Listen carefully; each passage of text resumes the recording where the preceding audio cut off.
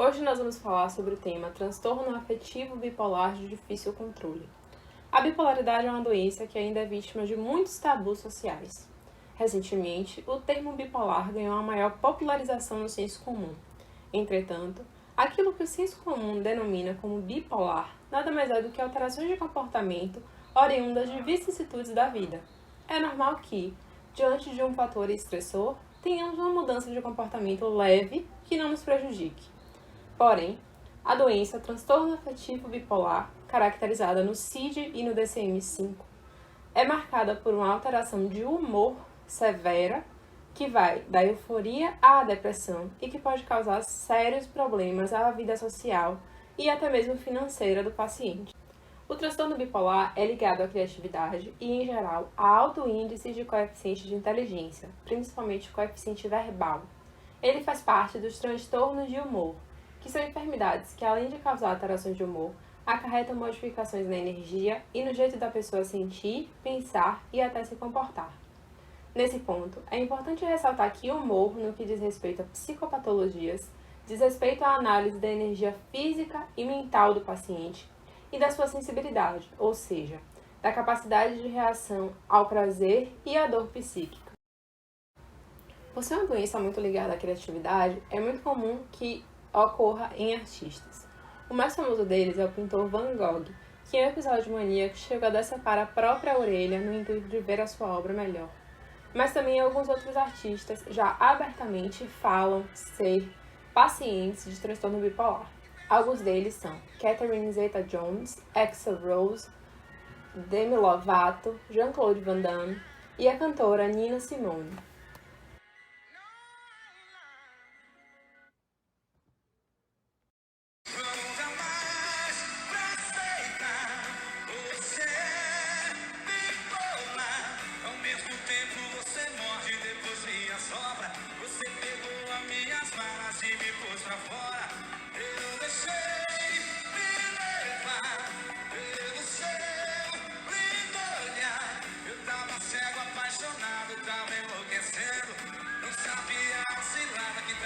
Bom, mas afinal, o que é o transtorno bipolar? Como ele se caracteriza?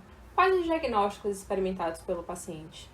Nesse aspecto, é preciso dizer que o transtorno bipolar ele não é uniforme. Existem várias modalidades de transtorno bipolar e que se apresentam diferentemente em cada paciente. As divisões mais comuns são a divisão em transtorno bipolar tipo 1, transtorno bipolar tipo 2 e a ciclotimia. No transtorno bipolar do tipo 1, o paciente varia de comportamento entre episódios maníacos, de euforia, e episódio depressivo maior. No período de euforia, é comum que o paciente apresente um humor mais expansivo e desinibido, de modo que tenha maior facilidade de ele falar em público, até mesmo de assuntos que lhe são íntimos. Apresentam uma irritabilidade exacerbada e uma maior comunicabilidade.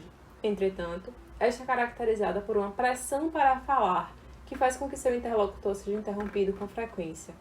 Existe também dificuldade de concentração em um pensamento único, caracterizada pela fuga de ideias, e que é marcada justamente pelo aumento da energia psíquica.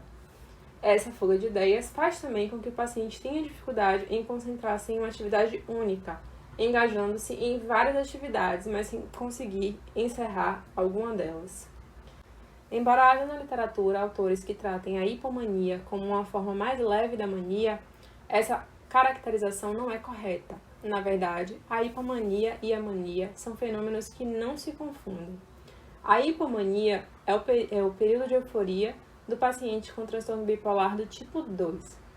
A diferença maior entre a mania e a hipomania é que na hipomania não estão presentes os sintomas psicóticos que podem vir a ocorrer nos episódios maníacos. De acordo com o DSM-5, a presença de sintomas psicóticos faz com que o diagnóstico seja necessariamente de transtorno bipolar do tipo 1. No episódio depressivo, o quadro se inverte com relação ao período eufórico. O paciente se torna melancólico, tende a perder o interesse nas atividades em que estava engajado, sente um maior cansaço e uma sensação de lentidão e peso no corpo. Existe uma evitação de atividades sociais, desleixo com relação à higiene pessoal, dificuldades para dormir e até mesmo ideações suicidas, que podem vir a acarretar o suicídio em si mesmo. Em se tratando de transtorno bipolar, a incidência e a letalidade do suicídio são 5 vezes maiores do que se tratando da depressão unipolar, como preceitua Neuri José Botega. Conforme já dito, o transtorno bipolar ele apresenta algumas peculiaridades. Uma delas é a presença do estado misto. No episódio misto, o paciente apresenta tanto sintomas do período eufórico quanto sintomas do período depressivo.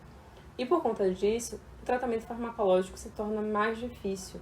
É importante destacar que o maior público de suicídio em se tratando de pacientes com perfil bipolar é acometido entre jovens do sexo masculino em estado misto e com histórico de abuso de substâncias químicas.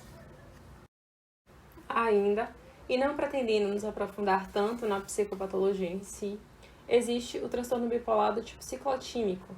Nesse transtorno, as vicissitudes de comportamento elas tendem a ser de menor amplitude e ocorrem com maior frequência, de modo que o paciente pode apresentar dentro de um mesmo dia tanto sintomas de característica depressiva quanto sintomas de característica eufórico.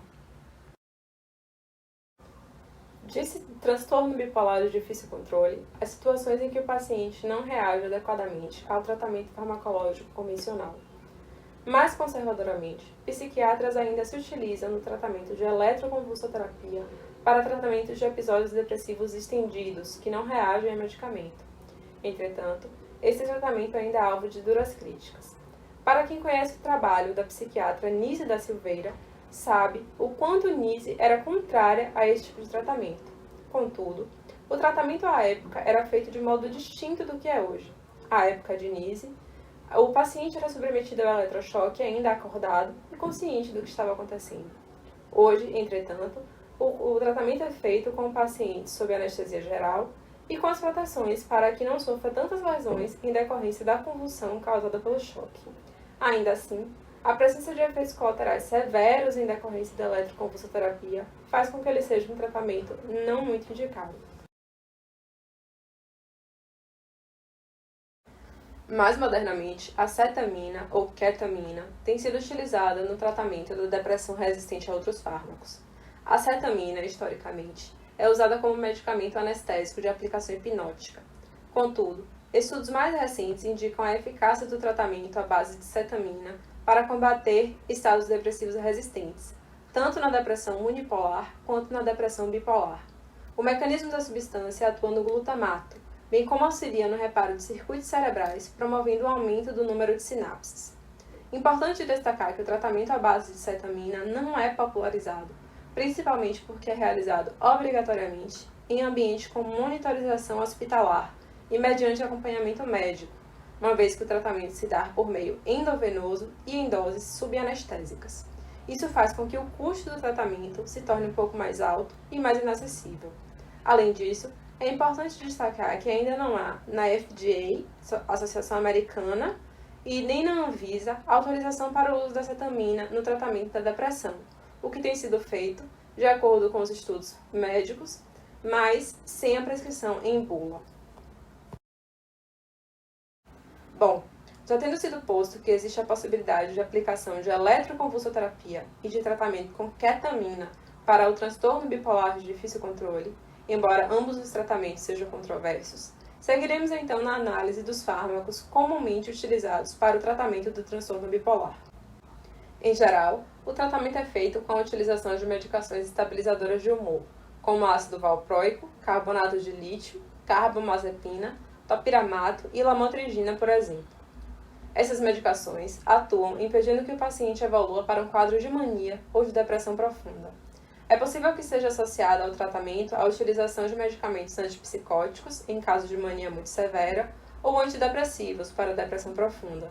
Porém, em geral, pessoas acometidas de transtorno do espectro bipolar tendem a responder negativamente a medicações antidepressivas ou estimulantes, porque elas podem acarretar uma melhora rápida do quadro depressivo, porém sem a duração desejada, ou fazer com que o paciente evolua para um quadro misto, ou que ainda sofra uma virada maníaca.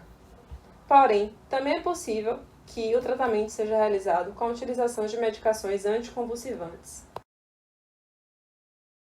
É importante destacar que o transtorno bipolar tem um marcador genético muito forte, que faz com que o indivíduo tenha vulnerabilidades bioquímicas e que precise constantemente do tratamento farmacológico. Embora a terapia seja extremamente necessária para esses pacientes, abandonar o tratamento farmacológico não é sequer uma opção. Não existe cura ainda para o transtorno bipolar. Então, os pacientes diagnosticados com essa patologia obrigatoriamente dependerão do tratamento farmacológico por toda a sua vida.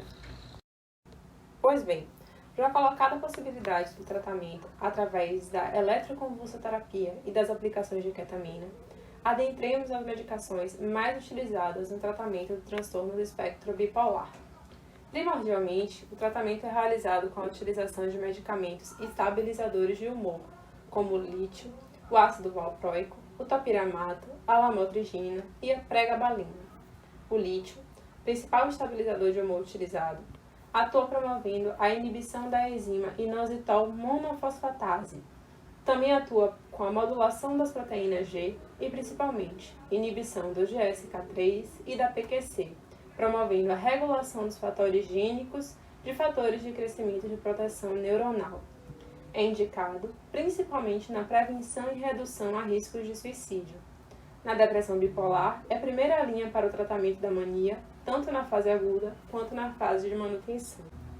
Embora o lítio seja medicação de grande importância, dada a sua utilização já reconhecida no tratamento do transtorno bipolar, ultimamente o seu uso vem sendo diminuído em razão da concorrência com medicações mais modernas e, principalmente, em razão dos efeitos colaterais apresentados pela utilização da medicação, quais sejam tremor, náusea, dispepsia, que é o desconforto abdominal, e as dificuldades de continuidade no tratamento, em razão da necessidade de realização frequente de exames laboratoriais. Com a utilização de lítio, é necessário que haja o acompanhamento frequente da função renal, avaliação dos níveis de creatinina e ureia em razão do risco de acidose tubular, mas também da função tireoidiana por conta do risco de hipotireoidismo, bem como a necessidade da avaliação de glicemia sérica, para avaliação das quantidades da substância disponível no organismo do paciente.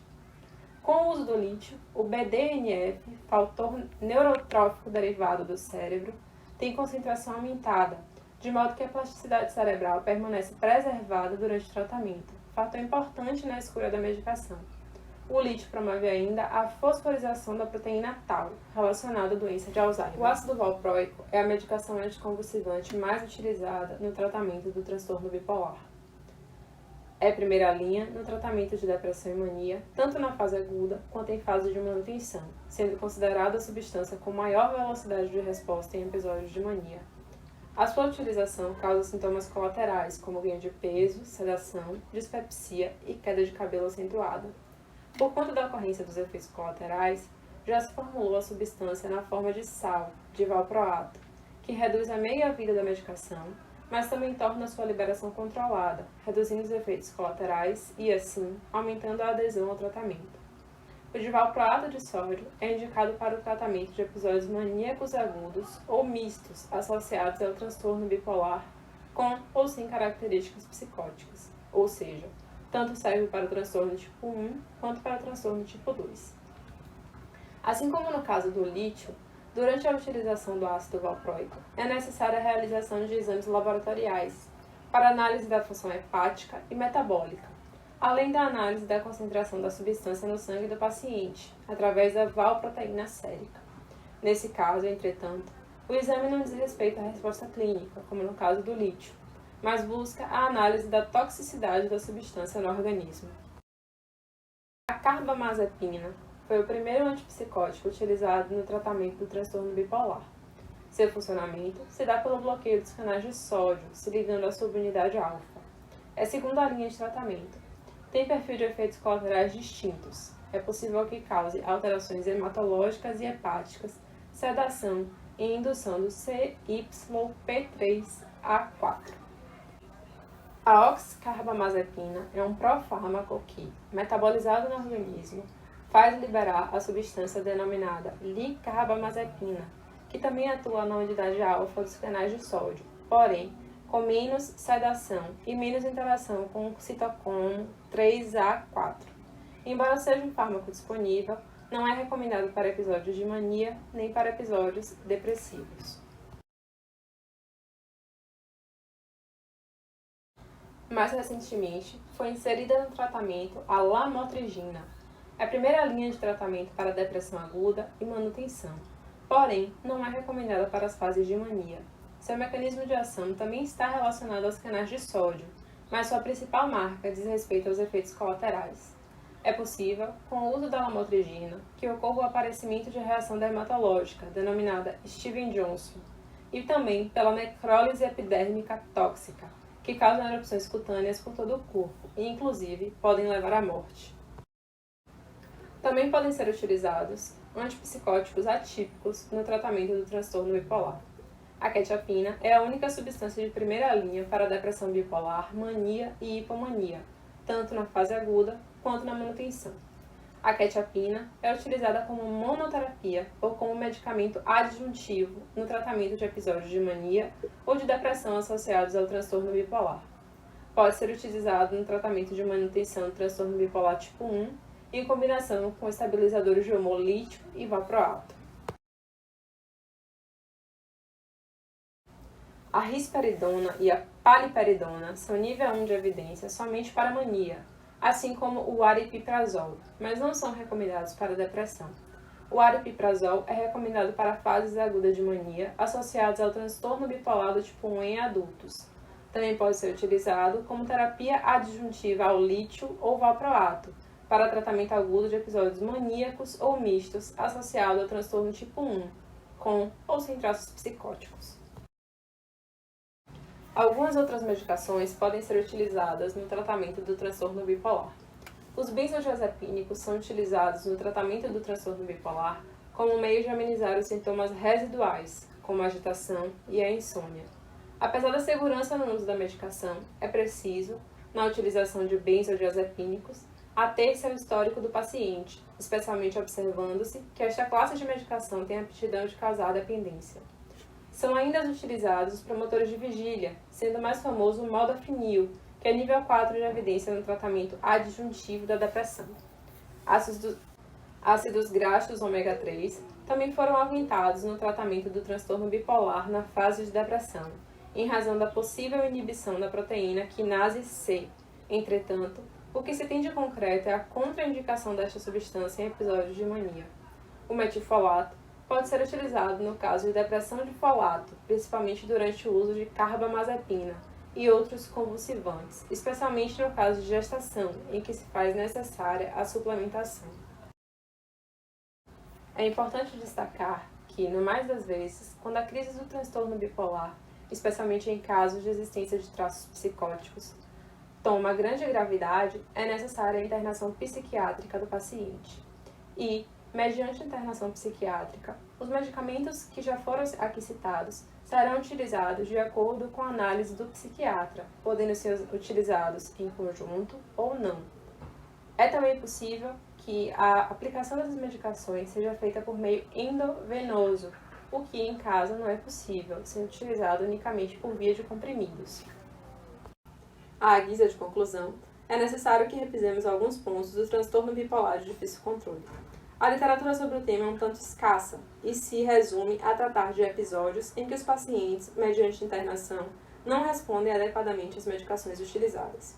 Conforme dissemos, no Brasil é possível que, em se tratando de episódio depressivo maior, sejam utilizados tratamentos de eletroconvulsoterapia ou de aplicação de ketamina, embora ambos sejam controversos e poucos acessíveis à população. É possível também que, mediante internação psiquiátrica, o médico responsável utilize, a seu alvitre e de acordo com a necessidade do paciente, as medicações que nós aqui tratamos, alterando as dosagens, conforme o paciente apresente melhora ou piora do seu quadro. Pois bem, é preciso também que tratemos o transtorno bipolar de maneira menos preconceituosa. Por quê? Em razão da natureza psicótica do transtorno bipolar do tipo 1, existe um preconceito muito severo com os pacientes acometidos desse transtorno. Porém, se trata de uma psicopatologia que nós, enquanto psicólogos, encontraremos na nossa rotina clínica. Então é preciso que nos debrucemos com um pouco mais de carinho e atenção sobre o tema. Agradeço a atenção de todos e nos disponibilizamos em caso de dúvida. Boa noite!